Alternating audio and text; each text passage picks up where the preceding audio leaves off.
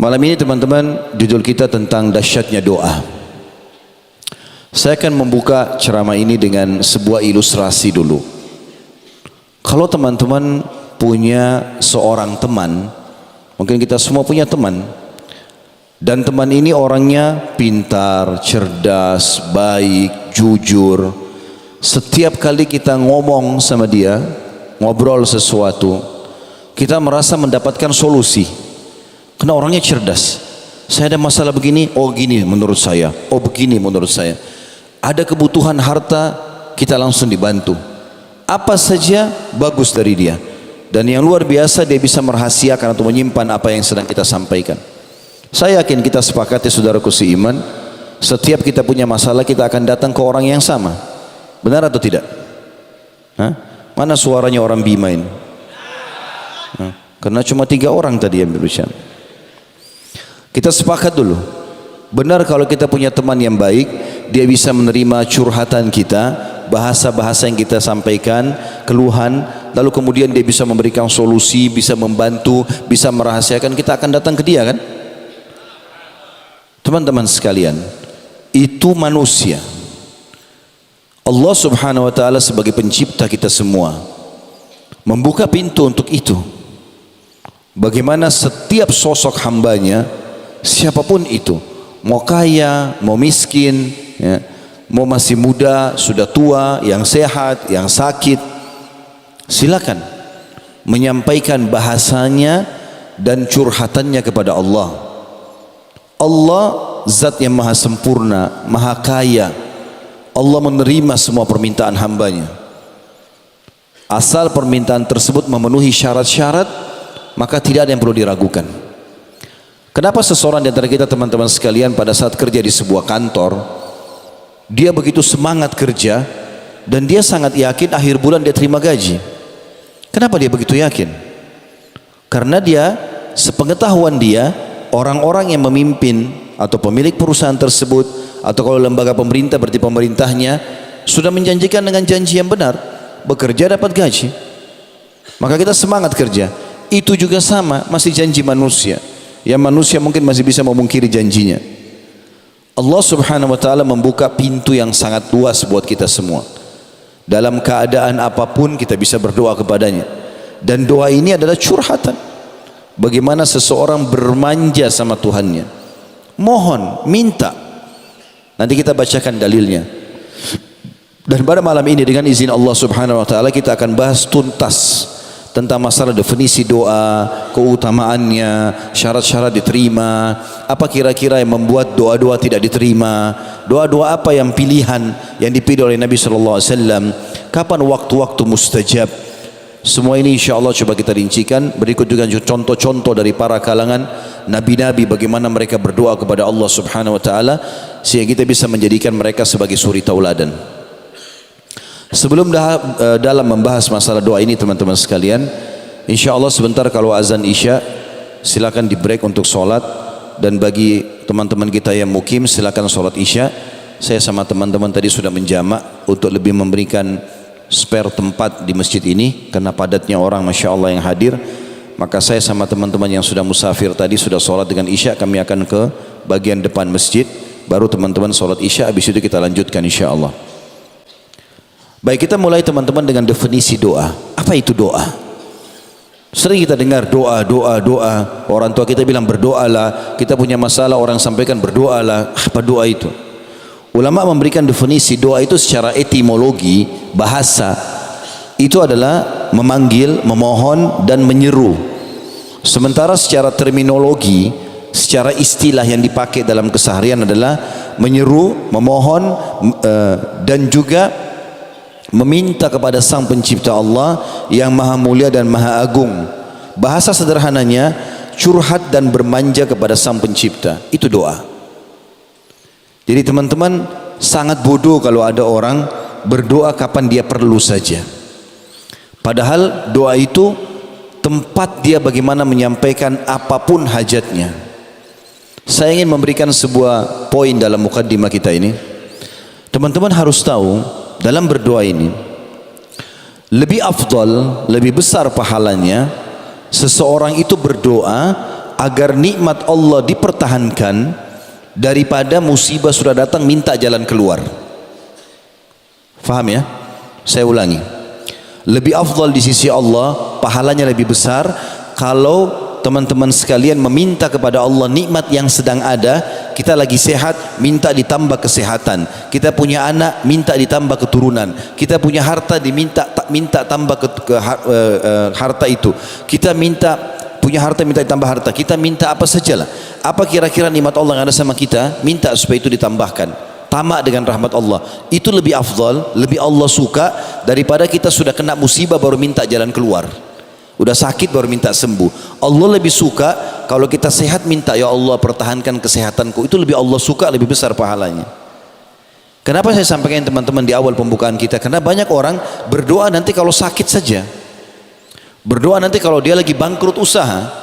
Berdoa kalau lagi hadapi masalah. Padahal sebenarnya tetap lebih afdal dia menyampaikan doanya pada saat dia sedang dalam keadaan sehat, lagi kaya, lagi banyak semua fasilitasnya. Justru itu puncaknya.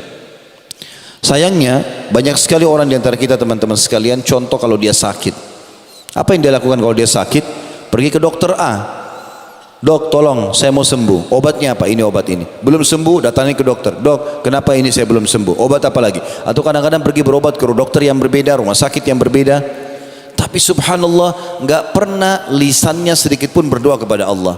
Allah dijadikan oleh dia nomor 30 dalam kehidupannya. Kalau semua dokter, 5-6 dokter yang dia berobat sudah mentok, enggak ada yang bisa lagi memberikan dia solusi, baru dia sholat tahajud. Kenapa enggak dari awal sebelum berdoa, sebelum ke dokter berdoa dulu? Ya Allah, jadikan dokter ini penyebab saya sembuh. Allah jadikan dokter itu dan obatnya penyebab kita sembuh. Walaupun obatnya sederhana. Berapa banyak subhanallah orang hanya minum air hangat sembuh. Orang hanya minum teh, minum jahe, makan apalah ya, sembuh. Berapa banyak orang yang berobat sampai miliaran rupiah enggak sembuh-sembuh. Ini poin yang harus digarisbawahi dalam pembukaan masalah doa ini. Allah berjanji teman-teman dengan janji yang benar, dan Allah tidak pernah pungkiri janjinya. Innallaha la yukhliful mi'ad dalam firman-Nya. Allah enggak pernah pungkiri janjinya. Dalam firman yang lain, wa man asdaqu minallahi qila. Siapa yang lebih jujur daripada Allah dalam pernyataan? Allah kekalkan dalam Al-Quran surah Ghafir surah nomor 40 ayat 60. Saya mengajak teman-teman kalau punya handphone, di handphonenya ada program Al-Quran, dibuka supaya direnungi ayat ini. Dan banyak ayat-ayat nanti kita sebutkan, kita tadabburi sama-sama. Bermula daripada ayat ini teman-teman, surah Ghafir atau surah Mu'min juga nama lainnya ya. Surah nomor 40 ayat 60 Allah berfirman, a'udzubillahi minasyaitonir rajim, wa qala rabbukum ud'uni astajib lakum innal ladzina yastakbiruna an ibadati sayadkhuluna jahannama dakhirin. Artinya, dan Tuhanmu berseru hai Muhammad, sampaikan kepada seluruh umatmu, berdoalah kepadaku, niscaya akan ku perkenankan, pasti aku kasih. Minta apa saja aku kasih. Sesungguhnya orang-orang yang menyombongkan diri, maksudnya tidak mau berdoa, dari menyembahku, maksudnya merendah, tunduk, memohon, merengek sama Allah, maka akan masuk neraka jahanam dalam keadaan hina dina.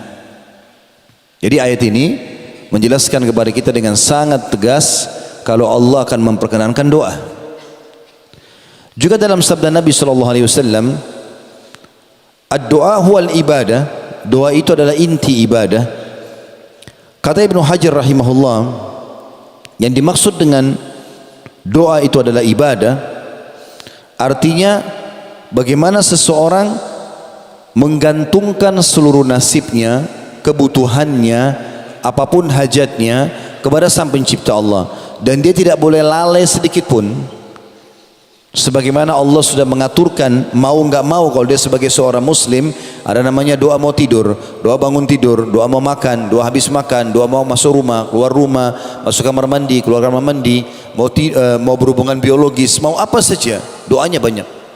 Allah SWT sudah siapkan agar dalam setiap keadaannya dia selalu bergantung dengan Allah Subhanahu wa taala. Kalau teman-teman tidak mau berdoa, maka justru mengundang murkahnya Allah. Di dalam hadis riwayat Tirmidzi, Allah marah, kata Nabi SAW, Allah murka dengan orang yang tidak berdoa kepadanya. Itu dalam riwayat lain dikatakan, atau dalam naskah yang atau tulisan yang lain, barang siapa yang tidak berdoa maka Allah akan marah padanya. Jadi subhanallah, ada seorang penyair berkata, teman-teman sekalian, jangan kau minta sama manusia, karena kalau kau minta padanya dia akan marah. Kalau kita minta sama manusia sekali dikasih, 2 kali dikasih, 3 kali, 10 kali, dia akan marah. Tapi mintalah kepada zat Allah yang kalau kau tidak minta justru dia marah. Allah kalau kita enggak minta justru dia marah. Allah SWT murka, menganggap orang itu sombong, padahal dia butuh dengan Tuhannya. Sebagian ulama karena mengamalkan hadis ini sampai-sampai kepada hal yang kecil pun mereka minta kepada Allah. Seperti pada saat mereka mau keluar ke satu tempat tujuan, maka mereka berharap dimudahkan perjalanannya. Mereka berharap bisa menemui target yang dia inginkan, baik ketemu orang kah, membeli barang kah, apa saja, ingin makan makanan tertentu, maka dia dapatkan semua.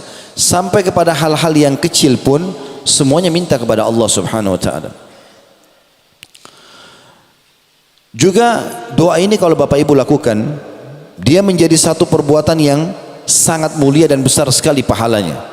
Di dalam hadis Tirmidzi juga dikatakan, kata Nabi SAW, tidak ada sesuatu yang paling mulia di sisi Allah melebihi doa. Lebih dalam kita masuk teman-teman ke bahasan doa. Itu tadi baru definisinya, gambaran tentang apa itu doa. Kita ada poin sebenarnya saya susun di sebuah tulisan saya, insya Allah terbit dalam bentuk buku dalam waktu dekat, judulnya Dahsyatnya Doa seperti ini. Ada barang muhasabah dulu. Yang paling pertama teman-teman, kita harus fahami poin penting dalam doa juga. Doa itu adalah ibadah. Maksudnya kita melihat hasilnya sudah dapat atau belum dapat, maka dia adalah ibadah. Dalam arti kata, kita tetap akan dapat pahalanya pada hari kiamat, kalaupun kita tidak dapat di dunia, tapi dia dicatat pahala. Yang kedua, doa yang dipanjatkan selama memenuhi syarat, nanti kita sebutkan syarat-syaratnya. Selama memenuhi syarat maka pasti diterima. Hanya saja ada tahapan pemberian. Kata Nabi SAW, tidak ada seorang muslim pun di muka bumi yang berdoa pada Allah kecuali Allah akan menjawabnya, tetapi melalui salah satu dari 3 tahapan. Yang pertama, Allah beri langsung di dunia permintaannya. Misal dia mengatakan, ya Allah sembuhin saya, lalu dia ketemu sama seseorang, orang itu dokter misalnya, atau misal kalau ada yang bertanya begini, Ustaz dari mana saya bisa tahu kalau doa saya diijabah sama Allah? Maka jawaban saya adalah datang dalam bentuk sinyal. Misal kita berdoa di sholat tahajud, ya Allah terimalah, sembuhkanlah penyakit saya misalnya. Ya Allah mudahkanlah rezeki buat saya, mudahkanlah jodoh, mudahkanlah pekerjaan misal. Dari mana kita tahu doa kita diijabah? Perhatikan contohnya, kata ulama adalah kalau kita bilang ya Allah sembuhin penyakit saya, lalu Allah sudah ijabah doa itu. Besok misalnya kalau kita sholat malam, tadi malam minta, besok kita ketemu dengan seseorang, tamu datang ke rumah, atau ada teman kantor yang kita ketemu, atau partner bisnis, atau tetangga, ngobrol-ngobrol secara umum, terus tiba-tiba masuklah pembicaraan kepada penyakit kita. Lalu dia bilang, setahu saya ada dokter yang bagus di sana. Lalu kemudian kita pergi ke dokter tersebut, konsultasi cocok, resepnya cocok, sembuh. Kira-kira pertanyaan saya teman-teman, dokterkah yang sembuhkan kita? Tentu bukan. Kenapa? Dokter pun kalau di resep cuma tulis semoga lekas sembuh, Enggak ada dokter tulis pasti sembuh. Pasti resepnya semoga lekas sembuh. Itu saja. Jadi Allah Subhanahu wa taala menjawab permintaan kita dengan cara seperti itu. Misalnya Allah mudahin rezeki buat saya. Tiba-tiba besok ada yang tawarin mobil, dia mau jual mobilnya, kita nggak ada duit mau beli mobil. Jangan buru-buru batalin. Siapa yang gerakin orang ini? Kenapa dia datang ke kita? Kok tiba-tiba tawarin ke saya? Baik, tunggu sebentar, coba saya telepon teman-teman saya yang lain, mungkin ada yang mau misalnya. Lalu mungkin dari situ teman-teman kita memberikan kita uang. Orang mengatakan minta jodoh, berapa banyak orang yang menawarkan diri kepadanya, berapa banyak orang yang menawarkan anaknya, tinggal dia menangkap sinyal itu. Doa Allah Subhanahu wa taala sangat dekat dan dia akan beri kepada kita. Atau yang kedua, kata Nabi SAW, jadi tidak ada seorang muslim pun berdoa di muka bumi kecuali diterima doanya hanya melalui 3 tahapan. Yang pertama, Allah kasih langsung kayak tadi. Yang kedua, dihilangkan keburukan yang akan menimpa dia. Kata Ibnu Qayyim rahimahullah, kalau ada seorang hamba misal berkata, ya Allah sembuhkan anakku, anaknya sakit, lalu dia berdoa selama 10 tahun dan ternyata menurut dia anaknya belum sembuh, maka kalau dia mengira bahwasanya doanya belum diijabah, kata Ibnu Qayyim itu kekeliruan yang sangat besar. Karena kalau dia tidak berdoa selama 10 tahun, pastikan anaknya lebih parah daripada itu. Berarti doanya sudah diijabah. Dan terlalu banyak doa-doa kita yang Allah subhanahu wa ta'ala berikan setiap hari dan menghilangkan masalah kita. Contoh misal, bukankah tiap hari kita lapar teman-teman sekalian? Lapar nggak tiap hari? Lapar. Kita cuma ucapkan begini, lapar ya, tiba-tiba makan tuh.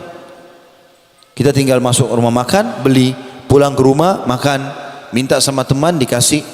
Kalau tidak makan tidak mungkin kita hidup sampai sekarang. Kita haus, masalah itu. Tapi kita bilang haus ya, tiba-tiba kita tinggal cari minum, dapat. Berapa tahun kita hidup sekarang? 20 tahun, 30 tahun, 40 tahun, minum terus tuh. Dan itu kebutuhan tiap hari. Hanya ucapin haus dikasih, ngantuk tinggal tergeletak tidur, diijabah sama Allah. Yang Allah belum kasih teman-teman sebagian kecil dari permintaan kita. Kalau kita kumpulkan semua permintaan kita dalam keseharian, yang Allah belum kasih cuma sebagian kecil, dan itu pun ada sebabnya. Nanti kita jelaskan itu. Tapi umumnya permintaan kita itu Allah kabulkan. Dan yang paling banyak di sini, kalau bukan diberikan langsung, Allah SWT hilangkan musibah yang akan menimpa dia. Tahapan yang ketiga, disimpankan untuknya yang dia panen dalam bentuk pahala pada hari kiamat. Di dalam sebuah riwayat yang lain, baginda Nabi SAW bersabda, kalau atau akan datang nanti hamba-hamba pada hari kiamat, dikasih pahala oleh malaikat bergunung-gunung, banyak sekali, dan mereka tidak pernah tahu ini pahala perbuat dari amal apa. Mereka berkata, kata Nabi SAW, dari mana pahala ini? Perasaan kami nggak pernah lakukan ini. Kata para malaikat, ini doa-doa kalian yang kalian ungkapkan di dunia, belum kalian terima jawabannya di dunia.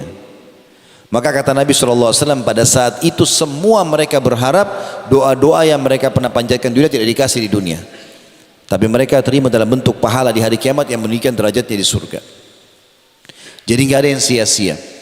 Allah subhanahu wa ta'ala berikan langsung, atau dihilangkan musibah yang akan menimpa dia, atau disimpankan dalam bentuk pahala pada hari kiamat. Lalu kenapa tidak mau berdoa? Pada saat Allah subhanahu wa ta'ala menelambatkan doa kita di dunia, itu karena Allah maha pengasih, lebih tahu mana yang terbaik buat kita. Mungkin kalau kita dikasih di dunia kecil, maka Allah simpankan ya. Ibaratnya seperti bila anak anda meminta diizinkan untuk bertemu sama temannya. Contoh misal ada anak kita minta beli sesuatu, lalu kita mengatakan sudahlah nanti ayah atau ibu belikan. Kita mungkin di benak kita ingin membeli sesuatu yang besar buat dia, tapi bagi dia merengek minta sekarang. Kalau sekarang mungkin kita hanya bisa belikan sesuatu yang kecil, tapi kalau dia sabar 3 hari 4 hari ke depan, kita akan bisa belikan yang lebih besar. Kata para ulama, ibaratnya seperti itu. Kita kalau merengek sama Allah, belum dikasih, Allah lebih tahu. Allah sengaja menyimpankan untuk kita sesuatu yang lebih besar. Begitu juga pada saat kita merengek minta supaya diberikan sesuatu, lalu Allah tidak kasih, Allah bukan tidak dengar, karena Allah maha mendengar. Dan Allah janji tadi dalam surah Ghafir ayat 60, Allah pasti ijabah. Lalu seperti apa memahaminya? Kata para ulama, maka Allah subhanahu wa ta'ala akan menghilangkan masalah-masalah dia. Seperti misalnya kalau anak kita sedang minta berteman sama seseorang, ada temannya, kita tahu anak temannya ini narkotika, pemabuk, pezina. Anak kita nggak tahu, lalu dia pamit, ayah, ibu, saya mau berteman sama dia, saya mau jalan malam minggu ini. Kira-kira kita sebagai orang tua izinkan nggak? Izinkan nggak? Benar, cuma 3 orang yang jawab. Kalau anak kita jelas mau bergaul sama penjahat, pembunuh, pezina, pamit sama kita sebagai orang tua, kita tahu ini anak temannya ini buruk, kita izinkan nggak? Tidak. Kenapa kita tidak izinkan? Karena kita lebih tahu daripada anak ini. Kata para ulama, pada saat seseorang minta sesuatu kepada Allah Azza wa Jalla, lalu Allah belum berikan, bisa karena Allah ingin berikan sesuatu yang lebih besar, atau memang kalau diberikan kepadanya malah buruk, malah akan mengganggu dia gitu. Saya kasih contoh berhubungan dengan masalah ini. Ada seorang dokter di Ummul Qura, sudah masuk waktu Isya? Oh. Ada seorang dosen di Ummul Qura, beliau bernama Dr. Muhammad Hafizahullah. Saya pernah dengar cuplikan ceramahnya menyampaikan sebuah kisah unik berhubungan dengan masalah doa ini. Dia bilang ada teman saya sangat soleh, bagus sekali ibadahnya. Satu waktu dia lamar seorang wanita, dan ini bisa diambil pelajaran bagi teman-teman yang masih bujang. Ada bujang nggak hadir sini? Banyak. Kasihan betul. Maka Dr. Muhammad bilang, teman saya ini sangat soleh, ibadahnya bagus, luar biasa pokoknya, udah suka sedekah, bakti sama orang tua, semua kebaikan ada padanya. Satu waktu dia lamar wanita, satu wanita cocok udah, perempuan itu juga cocok, dilamar, sepakat 3 bulan lagi pernikahan. Subhanallah, 1 bulan berlalu dari masa kesepakatan 3 bulan ini, misalnya Januari dilamar, April akan menikah. Berjalan sebulan, pas sudah lewat Februari, pihak perempuan ini tiba-tiba membatalkan tanpa sebab. Nangis-nangis sama orang tuanya, minta batalkan pernikahan. Sampai laki-laki ini disampaikan pada berita, dia tanya orang tuanya, kenapa? Apa sebabnya? Ada kesalahan saya lakukan? Enggak ada. Saya sudah tanya anak saya, kata ayahnya, tetap saya dia tidak mau. Pokoknya intinya batal pernikahan. Di lobi sana sini berusaha bicara sama pamannya, tantenya, enggak ada. Pokoknya anak perempuan ini sudah bulat, batalkan pernikahan. Nangis-nangis, gak mau makan, gak mau keluar kamar. Kata Dr. Muhammad, ini kejadiannya unik karena teman saya ini orang soleh. Dia tahu betul orang yang rajin sholat malam, 5 waktu di masjid, luar biasa pokoknya amalnya. Kata dia, temannya merasa, teman saya sudah merasa sudah gak ada jalan lain, ya sudah dibatalkan pernikahan. Tapi dalam 2 bulan yang tersisa, misalnya tadi kalau kita bilang Januari ke April, bulan Februari sudah lewat dibatalkan, maka bulan Maret sama April ini dia terus berdoa. Anak muda ini terus berdoa. Terus dia berdoa kepada Allah, dan doanya selalu, ya Allah kembalikan dia kepada saya, mudahkan saya menikahinya, saya suka dia, jangan sampai saya malu di tengah-tengah masyarakat, dan segala macam bahasa. Kata Dr. Muhammad, saking seriusnya teman saya ini berdoa, kalau saya lagi ketemu di masjid antara azan iqamah, selalu aja saya dengar doanya minta kembali perempuan itu. Dan saking kesiannya saya juga bilang, ya Allah kabulkan. Karena luar biasa doanya, merengek-merengek minta nikah sama perempuan ini. Kata Dr. Muhammad, jadi pertanyaan buat saya, 2 bulan dia berdoa berturut-turut, Allah seperti nggak kabulkan.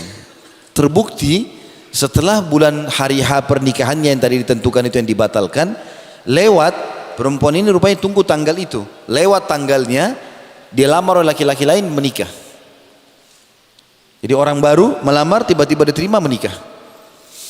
Pada saat itu dia berhenti berdoa karena sudah jadi istri orang. Gak boleh lagi antum berdoa, ya Allah matikan suaminya misalnya. Dia berhenti berdoa. Kata Dr. Muhammad, saya subhanallah mengetahui rahasia kasih sayang Allah kepada temanku ini justru setelah perempuan itu menikah sama laki-laki lain.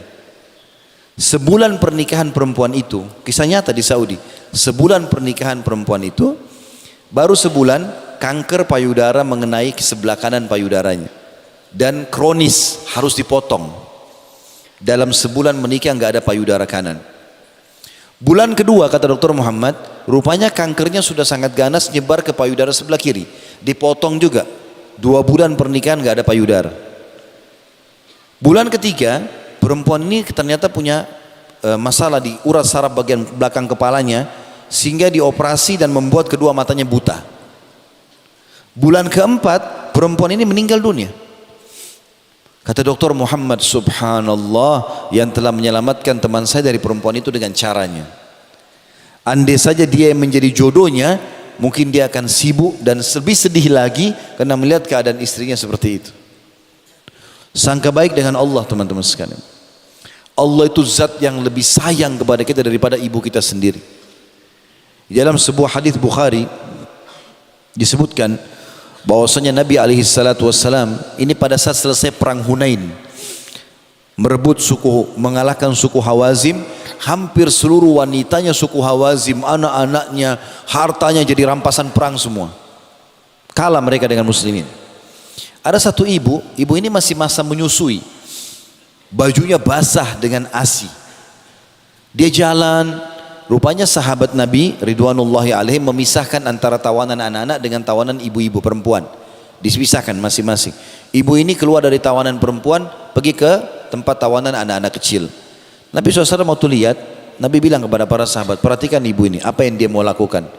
Rupanya ibu itu angkat anak kecil, dibalik, terus dilihat sama dia. Bukan anaknya rupanya, ditaruh lagi. Dia maju lagi, angkat lagi anak satu, dibalik, bukan anaknya. Rupanya dia lagi cari anaknya nih. Terus saja dia mengangkat anak sampai ditemukan anaknya akhirnya. Dari sekian ratus anak kecil, hanya ditemukan sama dia. Begitu ditemukan anaknya, langsung dipeluk sama dia di depan orang-orang semuanya. Pada saat itu lagi panas cuaca, debu berterbangan, orang lagi pada keringatan. Dia masukkan anaknya ke dalam pakaiannya, ditutup, gitu kan? Kemudian disusui sama dia. Subhanallah, ibu ini sudah tidak malu lagi di depan orang. Bagi dia temukan anaknya. Dan bagi dia anaknya lagi butuh susu, disusui sama dia walaupun ditutup dalam bajunya, gitu kan? Tidak ada yang lihat tentunya. Tapi Nabi SAW dan sahabat tahu ibu ini lagi nyusui anaknya. Kata Nabi SAW, saya mau tanya kalian kepada para sahabat, kalau kita bakar api unggun, lalu kita minta ibu itu lempar anaknya ke api, mau nggak dia lempar? Kata para sahabat, tentu tidak ya Rasulullah. Lihat kasih sayangnya dia sama anaknya begini, nggak bakal dia bunuh anaknya gitu. Kata Nabi SAW, ini pesan Nabi, demi zat, maksudnya demi Allah yang jiwa Muhammad dalam genggamannya, maksudnya demi Allah, Tuhan kalian Allah lebih sayang kepada kalian daripada ibu itu kepada anaknya. Allah itu sangat sayang dengan kita teman-teman. Jangan bersangka buruk dengan Allah. Antum kalau sampaikan hajat apapun Allah dengar. Allah itu lebih dekat daripada dari urat leher kita sendiri. Itu dalam firman Allah berfirman seperti itu.